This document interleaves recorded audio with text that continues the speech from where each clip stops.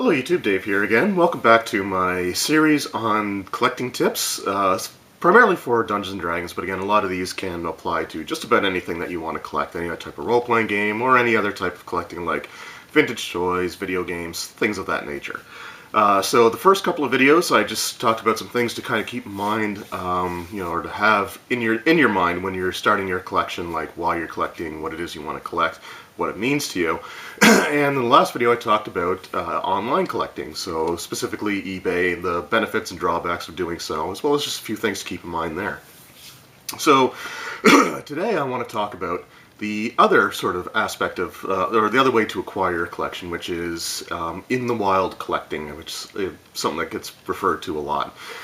So in the wild collecting is finding the items physically, when you're out somewhere, anywhere, basically. That's the kind of collecting that I do, and not that it's inherently better or that I think that it makes me more of a true collector, which some communities unfortunately have that sort of toxic interaction with when it comes to eBay online versus in the wild. It's just, for me, it's just the way I'm more comfortable doing things. I'm not really much of an online person. I mean, this is really the extent of my online, things. Like it really doesn't go much beyond that. So things like eBay or a lot of other online stuff, I just don't really do a lot of. But like I said, I thought I'd give some ideas and just ways to help you, build your collection if you're the kind of person who wants to do it all sort of in person instead of over, the internet. So first I want to start with the drawbacks and benefits. So I got a little bit of a cold, so I'm sorry about that. So the main benefit to, or the main reason that you might want to be a in the wild collector is, the act of finding the product means, is more exhilarating than putting it on the shelf kind of idea. So for a lot of people, it's finding something that you didn't think you'd ever find out in person is an amazing feeling, and it's sort of like the main, I don't want to say high because that's definitely not the term, but you get a sense of exhilaration for going out and actually finding something that you were looking for. Something that I experienced a while back when I found the Dungeons & Dragons Master Rules set for like the basic expert rule system. So I was really, really happy to find that, and it was a huge, rush and huge just feeling of satisfaction to actually find that. So that's kind of the reason that I do it, because for me, I have enough books that, if I wanted to run something, I could run basically whatever I want. But just finding those items is what kind of drives me in that sense of accomplishment for doing that. Again, doesn't make it any less valid. So the benefits of that is that you kind of get that sense of personal fulfillment or satisfaction from finding the items, which, again, if you're not interested in that and that's not why you collect, then it's not really that big of a deal. The drawback is that it is probably the slowest way to build a collection that there is. It really is something that, it's kind of like a crapshoot every single time you go out. I mean, there's a lot of times that you're going to go somewhere hoping to find, book that you've been looking for, and you're just not going to find it because, a lot of these things might be hard to come by. So that's sort of the drawback, is it's a very, very slow process. A lot of the stuff that I have here, I have because I bought it when it was current.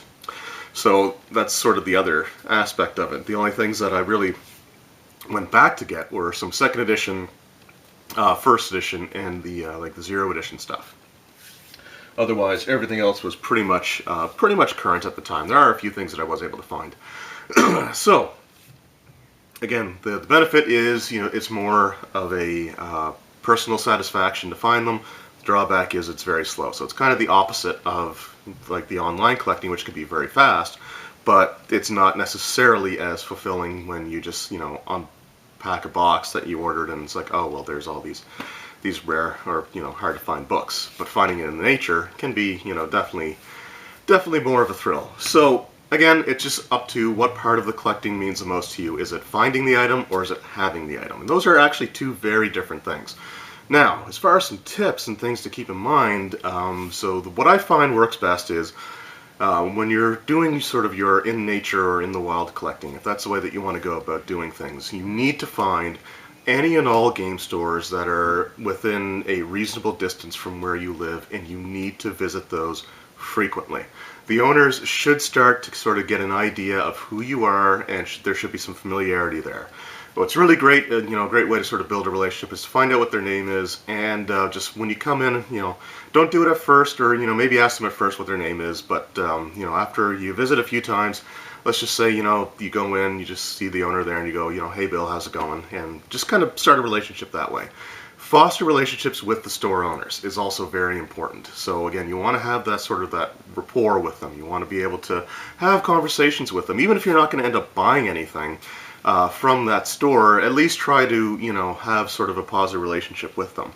That said, it is always beneficial, especially from a store owner's point of view, if every time you go in there, you pick up at least something. It doesn't have to be anything expensive, doesn't have to be anything grandiose, but if you go into a store, a game store, talk to the owner, and you just look around the shelves and then you leave, and this keeps happening, you're going to sort of have that reputation in the back of their heads that, oh, well, this person's just going to look around and then leave. But if you go in, ask them how they're doing, strike up a little bit of a conversation, and then pick up maybe a miniature off the shelf, pick up a booster or booster pack of magic cards, and while they're ringing through the transaction, just kind of talk to them. If they ask if there's anything specific that you're looking for, just say, well, I'm looking for sort of like older used, D&D books in this particular example. And, go over to the shelf, and it's like, I don't really see too much of what I'm looking for, but, do you happen to have, and start naming a few books as well. So let them know specifically what it is that you're kind of looking for. But again, if you go in there and you're friendly with them and you buy something, even if it's a small thing, when you go, and again, you don't have to necessarily do it every time, but you should try to buy something on a relatively frequent basis when you go into a store. Again, could be something small. You could just pick up a single D20. And just say, I'm looking for, and this is what I'm looking for. You don't have it. That's fine. I'll just pick this up, and I'll come back in a couple weeks. Which is the next thing, is regularity. So try to make the rounds with your local game stores on a somewhat regular basis. Every other Friday, for example, or maybe on the weekends. Just take a little bit of time, pop into the stores. Find out when they get their orders in and stuff like that. Things along those lines. The other thing is, you probably should, if you have multiple stores, like where I live in Dartmouth, Nova Scotia, there's one gaming store on the part of the city where I live. So Dartmouth is part of what's called the Halifax Regional Municipality. Dartmouth and Halifax used to be two completely separate entities, but now they're kind of, Dartmouth got sort of swallowed into this, HRM, as it's referred to.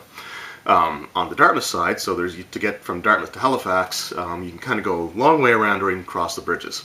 On the other side of the bridges, there are two other gaming stores that I can think of directly off the top of my head. So in Halifax, I've got access to Monster Comics, which is in Halifax. There's Strange Adventures, which has a store in Halifax, as well as a smaller, more comic-focused store in Dartmouth. And then there's Giant Robot Comics, which is my primary location that I deal with. In Sackville, there's also Cape and Cowl, which is a really cool store that I'll hopefully get a chance to talk about a little bit more in the near future. But anyway, so I kind of make the rounds on a regular basis. So if I end up going to Halifax for any reason, if the stores are open, I will try to get into at least one of those two places, depending on how convenient it is to where I am, because I've taken the bus or walking. And Giant Robot, I think at this point I've got a pretty good relationship with the owner. They've helped me out quite a bit in the last few months. So just having that rapport, is something that works really well. Way back in the past, I developed that with a friend of mine who used to own a GameStop called Cool Worlds Comics and Games, which was in Wolfville, Nova Scotia. And the reason that I ended up striking that rapport with him was just because I lived in Kentville, which doesn't mean anything to anyone that doesn't live in Nova Scotia. But to get to where his store was, I had to take the bus, and it was basically about an hour bus trip, just because it goes around all the side streets and winds around and what have you. So when I got off the bus, I had about an hour to kill before the next bus would come. So I would just kind of hang around the store. And we sort of get to talking after a while. Like, I was a little uncomfortable at first because I was very socially inept at this point in time. But we just started talking. And, we just started, just talking about D&D and gaming, and built that relationship up. And, at this point in time, even though his store is long closed, he's still one of my best friends. And, someone that I'm consider myself very fortunate to have, as one of my closest friends. So that's just because of, the situation where I had to wait in order to get back home. So that kind of got me in the headset of, trying to build these relationships with the store owners, even if it's just something where you go in, talk to them a little bit, and then, over time, you sort of build these things organically. So be on friendly terms. Have your main store that you deal with, should be the one that's closest to you. Let the owners really know who you are, and really get that sense of, what it is that you're interested for and looking for. My relationship with the owner of the store Cool Worlds is the reason that I have all my first edition and zero edition AD&D books, with the exception of the one zero edition book that was sent to me by a viewer, which is crazy. But anyway, so build those relationships. Get to know the owners. Let them know that these are the kinds of things that you're looking for, and most importantly, give them some business. Because that way, you're going to get that positive relationship with them. They're going to start thinking of you when they get something. So if somebody comes in with some old books, and they know that one of those books is something that you're looking for, they'll hold it aside for you. And, it might give you first chance. My first edition AD&D Player's Handbook, Dungeon Master's Guide, and Monster Manual was given to me as an opportunity, presented to me as an opportunity to buy them by the owner of Cool Worlds, because somebody brought them all in, they were in excellent shape, and he was actually contemplating keeping them for himself, which would have been totally fine because they were in amazing shape. But he said, I know that you would appreciate these and you would really enjoy having these, so, make me an offer and we'll go from there. So I paid $20 a book. So for $60, I got the first edition core books, which I consider to be a good price. He considered it to be a good price because it's more than what he paid the person to bring them in. I think he gave him store credit, if I recall correctly. So it was worth more than the store credit, because the store credit would be based off of the base cost of the items. And anyway, it is what it is. So yeah, just having that relationship really, really worked. Another thing that you should do if you're collecting in the wild is you should also look at places you may not necessarily expect to try to find some of these products.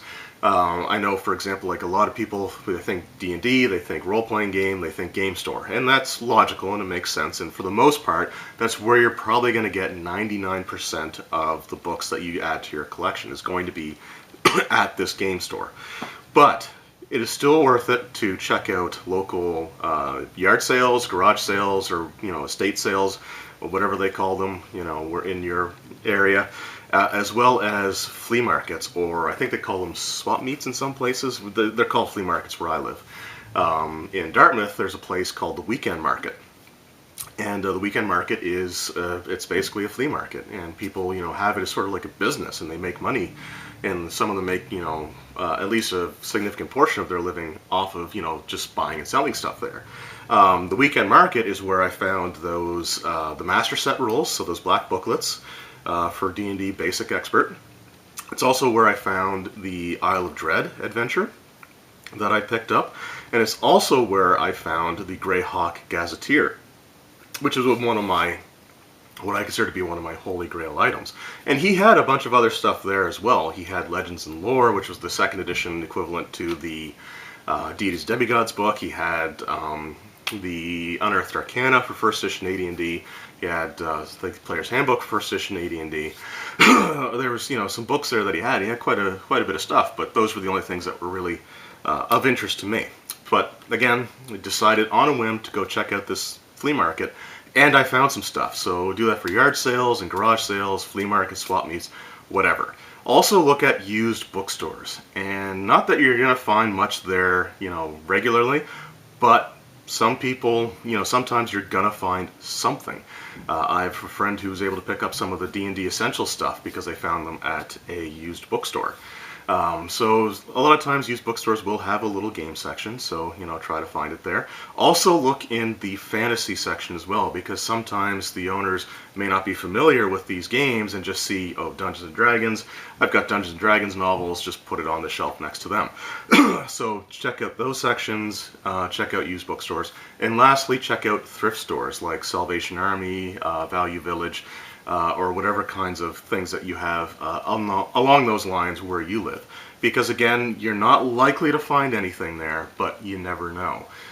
There was a Frenchie's, which is sort of like a used clothing store, but it carries a whole bunch of other stuff. I don't know if that's just a Maritimes thing or Canada thing, but anyway, it was a really, cool kind of store, and they actually had a box set of Blood Bowl, like the Warhammer Blood Bowl tabletop game. And I was really tempted to get it, but it's like I'm never gonna play this. So for me, it was just something that would do nothing but take up room. But they had something like that there, and I never would have expected to find a Games Workshop product there. So again, check out those places. So again, just some ideas there. So the key points again, visit your local game stores regularly. Try to give business to the stores. Let other people know about the stores as well, because somebody comes in and buys something because of your recommendations, then that's something that the owner's gonna know about.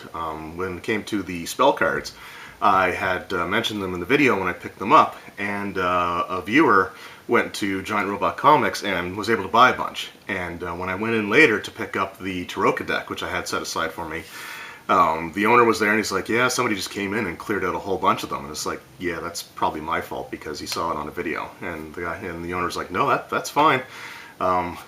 So again, just sort of try to build that business up. And the more you do that, the more you help out, the more you patronize, buy stuff from a business, the more friendly you get with the owner, the more likely they're going to think of you when they get some stuff in. So just some other etiquette things when it comes to collecting in the wild.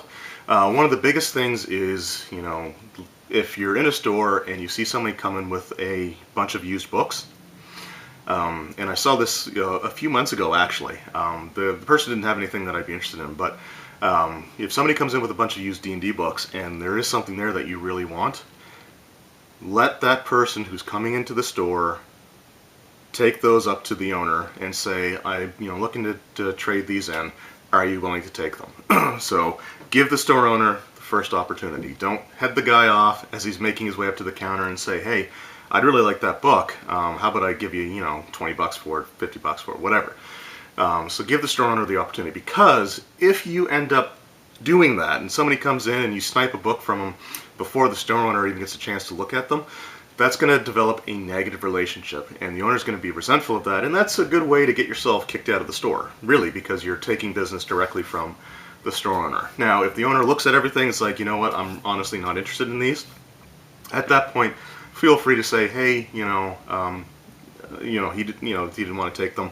Do you mind if I have a look at them, because there may be something that I'd be interested in? And that's totally fine, but give the store owner the first opportunity. Because, again, if you have that positive relationship, when the owner gets all these books in his collection, you can just say, I'd be kind of interested in that one, right there, so, can we make a deal for it right now?